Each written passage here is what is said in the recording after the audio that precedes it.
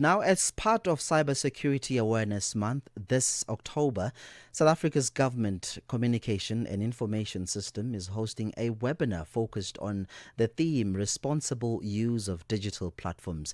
The session aims to raise public awareness about online safety, equipping citizens with the knowledge to protect themselves and use digital spaces responsibly. During her presentation, Omphile Kgwathe-Nkiwane from Digify Africa shared some practical tips on how people can stay safe while navigating the internet. She joins us now to unpack some of the her presentation here. Omphile, thank you so much for joining us. Welcome to Channel Africa.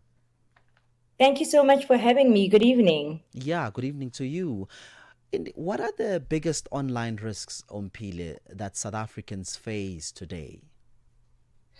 I think, to put it very practically, things that we often see that I've experienced myself, family members have experienced, you have probably experienced, something called phishing, so like fake messages. You often get these too good to be true.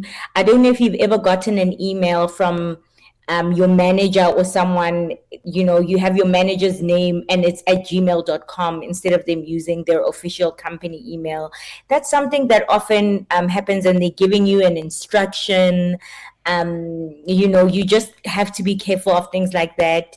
We have things like misinformation, fake news that often happens on social media platforms, on the WhatsApp groups. So your aunts and your uncles are sending you these hypothetical things that are happening, privacy breaches. These are like often when people are like sending you links through your SMS or WhatsApp, or like you press the link telling you to come and get a package somewhere that you didn't order. So those type of things are super common, and those are things that people need to look out for. Yeah, and talking about things that people have to look out for, what can people spot? How, or should I say, how can people really spot fake news online and scammers? So I think on social media, always double check your source. It's something very recent happened. There's a concert of a hip hop artist that's happening. Um, I saw the news and I was like, I needed to check all the sources. So don't just like read that one post on that one Facebook page. You need to double check if that news is correct. So like double check. Also, if something is too good to be true, it probably is. So be extra careful. If somebody's telling you won a competition that you never entered, like, yeah, just be careful of things like that. Look out for red flags. Trust your intuition. You can always feel like if you are being scammed into something. Like I said, if something is too good to be true, or like somebody's calling you for urgent, like they urgently want to help you. So just be careful. Double check your sources. Yeah, and trust your instinct. Yeah. Talking about instincts, in fact, there was a lady online who was trying to catch a scammer, and she acted like she was in an accident because this guy was asking for a pin, and she I think I acted like, saw that. yeah, and this guy kept on asking for her pin, say, can you reach your pin? Can you reach your phone? And so that's just bizarre. But, and also you've warned about using um, the public Wi-Fi that is very dangerous when you go to your app, banking app. That might be very that might really put you in a precarious position. What are some of these examples, Omphile, steps to protect personal data online? Two-factor verification is one big one for me. In the panel, I spoke about how I'm sure it's either happened to you or you know somebody. You know these WhatsApp scams where somebody gets somebody's number and then they're asking you for money. They're stuck somewhere in Mainland and they need to urgently get home. That is super common. But if you have two factor verification on your WhatsApp, that is less likely to happen. It's not that it's impossible. Scammers are scammers. They'll always find a way, but you can certainly make it more difficult for them to do that. Make sure that you have a good password. Try not use your children's names, your names, birthdays. So just, yeah, be super vigilant. Make sure that you keep your passwords safe as well. Also limit the amount of information that you put on social media platforms. For example, I know we all like to tag in wherever that we are. That's fine, but tag in after you've left the place. Don't say I'm at so and so restaurant at that time. Actually tag that restaurant, or if you're at the gym, you can tag it after you've left the gym. This one is actually quite common. Don't press on links that are like you don't know where they came from. So actually, someone that I know, the reason why they got access to their WhatsApp and they were asking people for money, I asked him like, "What did you do?" And he said that he pressed on a link, and that link, the scammer got a hold of all his contacts and actually hijacked his number. So be very careful. Don't press in links that are foreign. Yeah, I was one of those people where someone was using my picture to ask money on my WhatsApp platform, but luckily nobody sent because my circle is people quite double check, and People they know now. know how I talk, so they could tell that this is Yes, too formal. It's too good to be true. But then, they also do that. They speak the way that you wouldn't speak. So again, even if you are a person who's receiving that text, like use your intuition, use your common sense. You can feel that you're not talking to Karabo. and then talking about the limiting things that can put on social media, why is responsible use of digital platforms so important, Omphile?